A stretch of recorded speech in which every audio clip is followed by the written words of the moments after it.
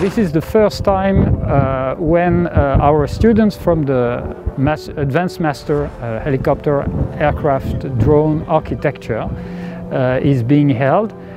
So it's been a wonderful experiment done at the very beginning of the program, so that students are immediately involved investigating the different controls, the different reactions of the helicopter during a real flight.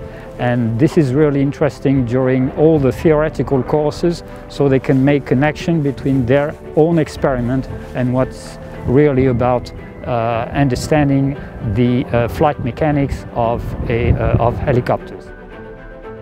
And I chose the Specialized Master in Helicopter and Drone Architecture because I think it's the future in the aeronautic industry. There is a lot of future in this field globally, and I know ISAE Supaero has the most modern program for the aircraft, helicopter and drone architecture.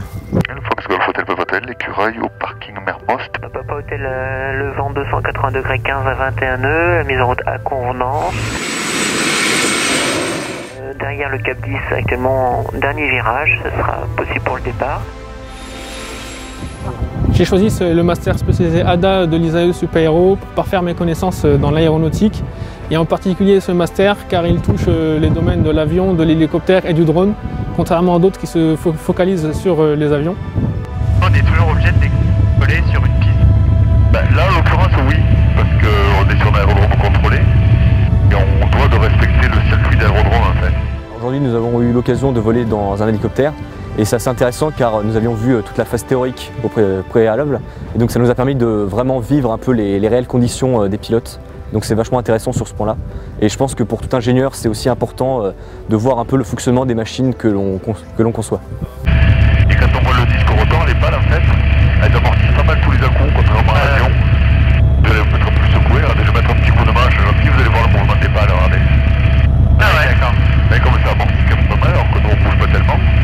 Je pensais que le vol allait être, qu'on allait être beaucoup secoué, bien plus que dans l'avion, alors que dans l'avion en fait on ressentait beaucoup plus les turbulences que dans l'hélicoptère, parce que en fait l'hélicoptère, ce que j'ai appris, c'est que les pales absorbent les chocs, donc ce qui rend un vol beaucoup plus tranquille et clean que ce qu'on pourrait imaginer. Bon, l'auto-rotation là je pourrais atteindre un peu avant le seuil, c'est le plan du capot là, sur l'écuraille et moins.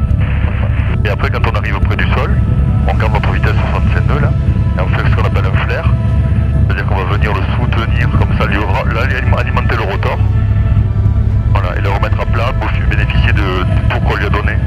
Ce master il va porter une spécialisation du coup en hélicoptère et en drone qui sont pour moi une composante d'avenir, notamment le drone, et je pense que ça va m'apporter une certaine expertise dans ce domaine.